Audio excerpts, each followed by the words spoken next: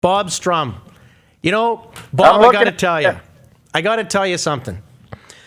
You probably don't remember this, but about 4 or 5 years ago in Swift Current at the old Civic Center, I was fascinated in a conversation that you and I had in the media room. I could have sat and listened to you talk for hours, and I said to myself, Kelly Rempel, if you ever host a show or have an opportunity to pick your guests, if you have to spend 4 days in a row tracking down Bob Strumm, you have to do that. And Dale Durkach, a good friend of both of ours, passed on your contact information to me. He wanted me to say hi to you today, and I can't thank you enough for coming on and being with us here today, Bob. It means a lot. No problem. Pleasure to be with you. Great fond memories of Regina and the Pats and my time there for sure.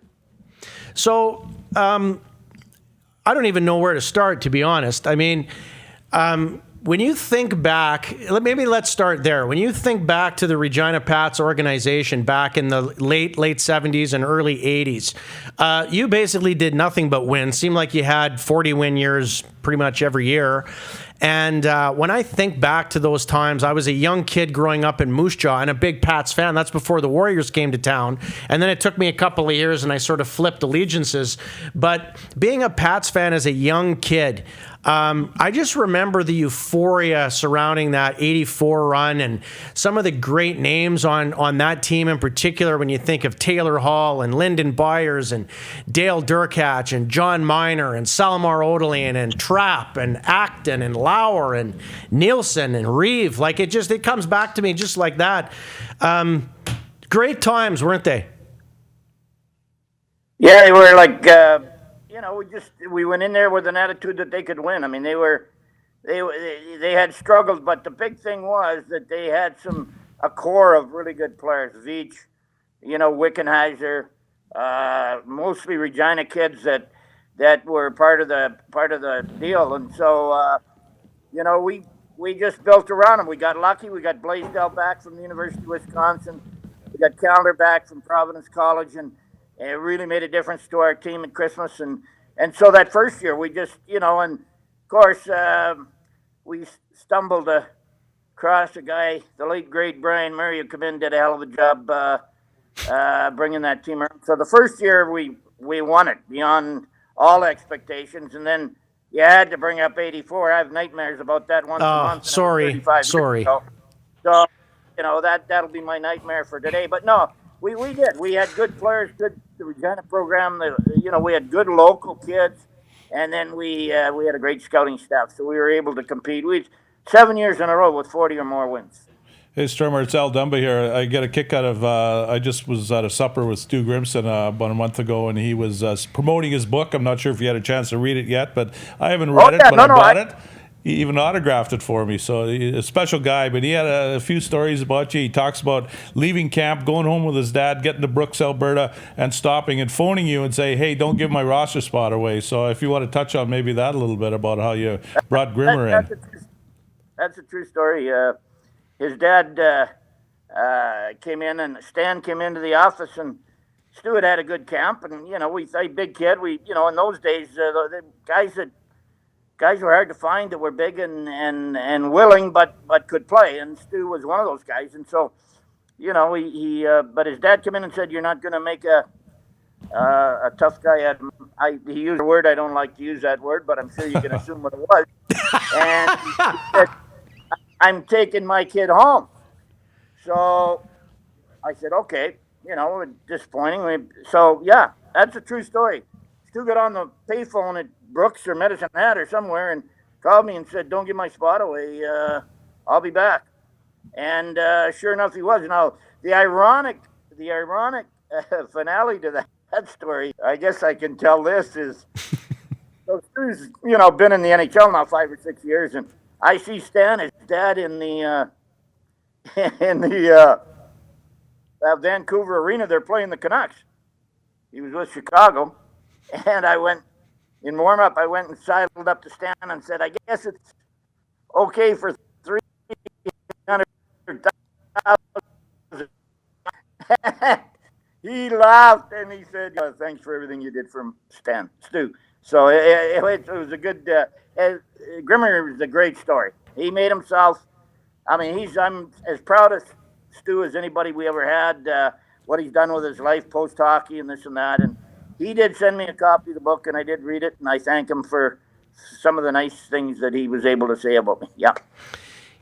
Bob, when you're talking about Stu Grimson, you talk to players now, or young people or fans or, millennials, say, and you talk to them about the way that it was back in those days, and they look at you like you got four heads. Like, all five guys on the ice could have a absolute Donnybrook. All five guys would sit in the penalty box, and after 5 minutes, all five guys would come right back out and play again. Now you get a fight that happens after the original fight, and you're kicked out of the game. You don't even get another chance. I think I've seen 2 fights in junior hockey all season. But you think back to guys like Jeff Crawford and Al Tour and Lyndon Byers and Stu Grimson. I mean, intimidation at that time was a huge part of the game, and you understood that. And so you built your teams with skilled guys for sure, but you had guys looking after those guys too.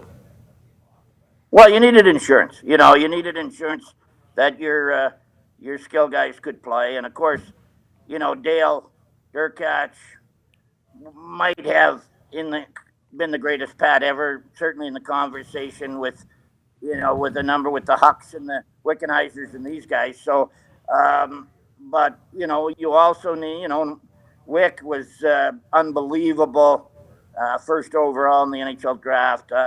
But in those days, yeah, you're right. Nowadays, the young guys don't even believe you. They do.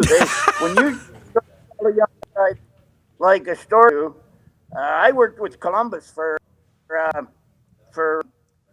number of years, Clinton Malarchuk and I were telling stories, and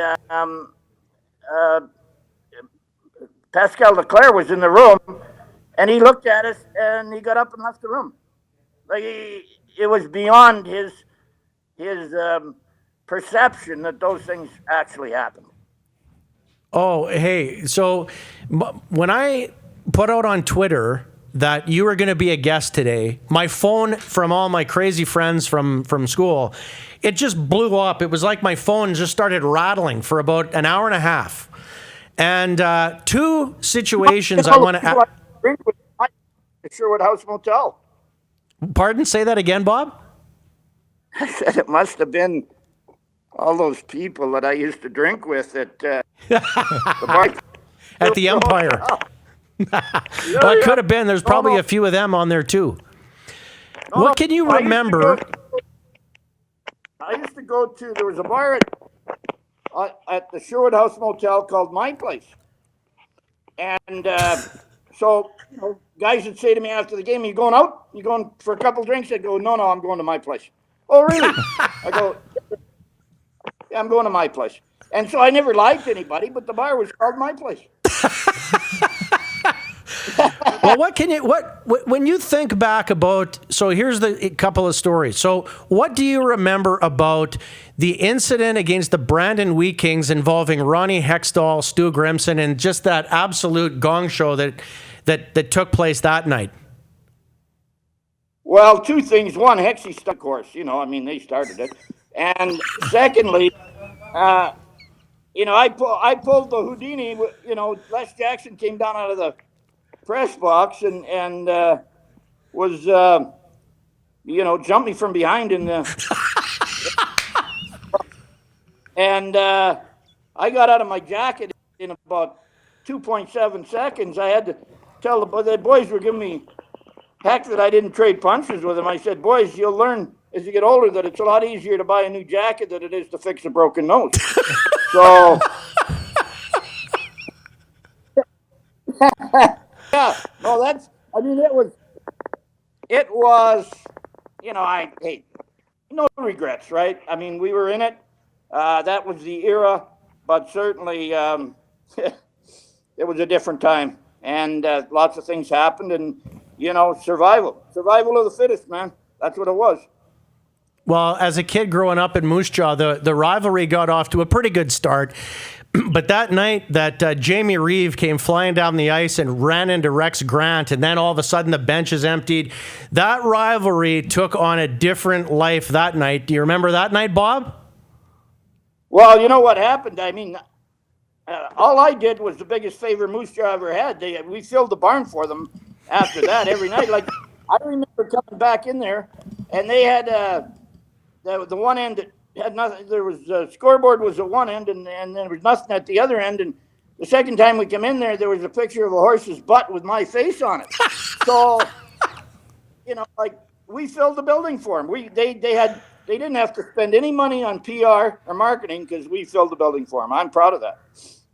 You know, Bob. So I don't know if I don't think you'll mind me telling the viewers this, but when you and I were having that memorable conversation in Swift Current, that I just was hanging on every word. I was like a little kid listening to your stories.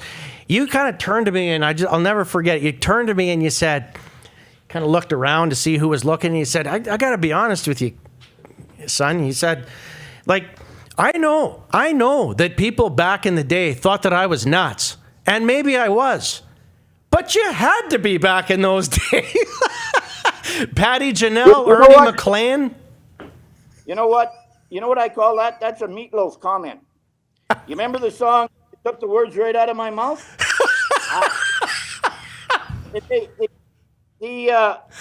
For sure, people say to me, "Strummer, you were nuts when you were in the Western League." Yeah, I was. You had to be to stay in the league. I mean, that's what it was. It was WWF for real. You know, that's what it was. You know, I wasn't like The Rock, but I was like Mini-Me. You know what I mean? Like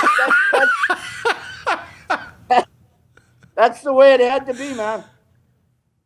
Al, do you have any questions? Well, just getting back to some of the characters you had on your team, and I think of guys like Kurt Wickenheiser and Evan Marquardt, you know, those type of guys that I know there were characters, and I know we sat last winter in the Pat alumni area and told a few stories that we probably won't tell on the broadcast here, but just the amazing guys that you had and some of the characters that you had to deal with, really something to remember. Wasn't that fun, Al? Just a moment in time, you go back. Like, I stay in touch with a few of the guys, like Al Tour for sure, Durkach, Marquardt, LB just phoned me the other day, Byers, Grimmer, you know, and it's amazing how the memories. I saw Reaver last winter. The memories just come back so specifically and so quickly. That's what it makes it all worthwhile. You know what I love most about the junior level is, you know, I'm getting up there in years, and it keeps me young. You know, I get older, they stay the same age. Now, the music doesn't get any better, but other than that, I can handle it. Kevin Gallant. There's another name that I got to ask you about. You talk about a character back in the day and a guy that sold a few tickets in all the different buildings. He's going to be a guest on the Rod Pedersen Show on Thursday. You know, what are your memories of that crazy character? I mean, he loves you, by the way. Every time I've ever talked to Kevin, he can't say enough good things about the time that you guys spent. But you talk about a guy that was certifiably nuts. He's right up near the top of the list, Bob. Let me give you my best Kevin Gallant impression. We're in Calgary, Game 5 of a best-of-5, in the playoffs, in overtime. Wally Schreiber beats Mike Vernon in alone to win the series. Then Kevin Gallant goes, "Wally Schreiber! Wally Schreiber! Wally Schreiber! Wally Schreiber!" That's my best Kevin Gallant impression that I can give you.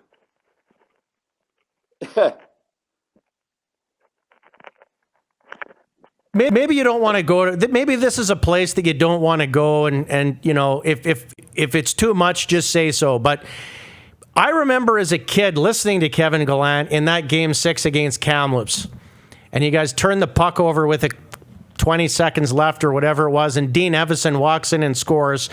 They win it in overtime and then come back in Game 7.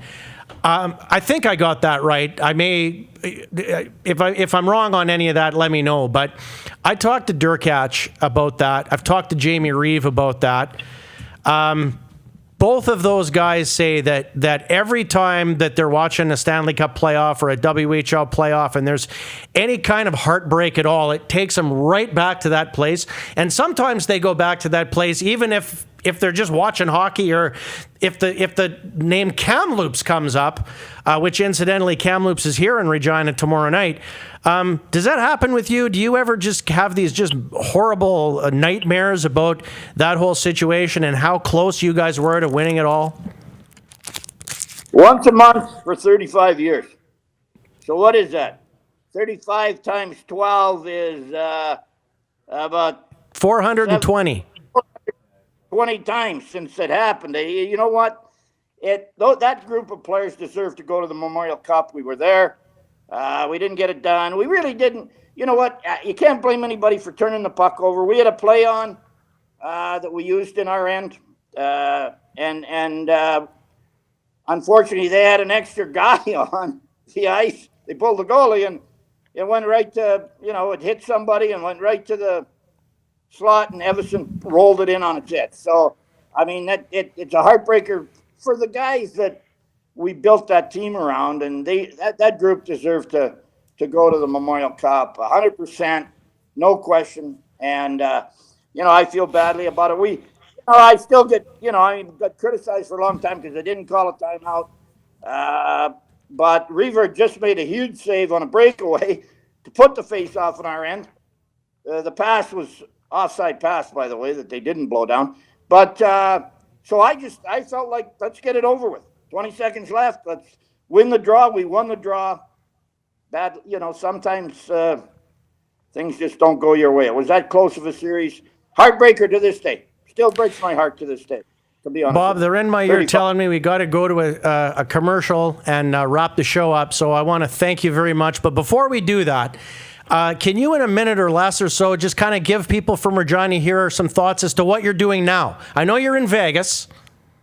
Yeah, no, I work for Bill Gallagher, who owns the Portland Winterhawks and the Lausanne Lions in Switzerland. And I'm just kind of a consultant for him, watching lots of hockey, staying out of trouble for sure, and loving life. Go Riders. I still cheer for once a Rider fan, always a Rider fan, and love my time in Regina and wish the Pats nothing but the best. Bob, the only thing you said on this show that I have to say that I don't believe is that when you said that you're staying out of trouble. Other than that, 100%. I believe. Hey, believe it. Believe it. When you live in Vegas, there's no middle ground. You're either in or you're out. I was in for a while, but now I'm out. Great. All right, Bob Strumm, legendary Pats coach and general manager. Had so much fun today. I could sit here for 4 hours. I hope to see you in a rink sometime soon. Bob, thanks for coming. Oh, wow. I could just sit there and listen to that guy all day. Well, we had quite the chat last year. I'm not sure if you were there, Kelly, last winter when Portland was in town, and what a great visit with him. And guys kind of started to gather. I saw him up in the stands, and I said, "Hey, come on down." And a few guys, a few of the Pat players, Evan Marquardt was there, and Kurt Wickenheiser, and guys were starting to follow in and come down more and more. And we missed the first 5 or 10 minutes of the next period because we just couldn't get away from each other. Yeah. So he's quite a character and a great man. You're watching Rod Pedersen On Demand. For more of The Rod Pedersen Show, visit rodpedersen.com or follow Rod Pedersen on social media.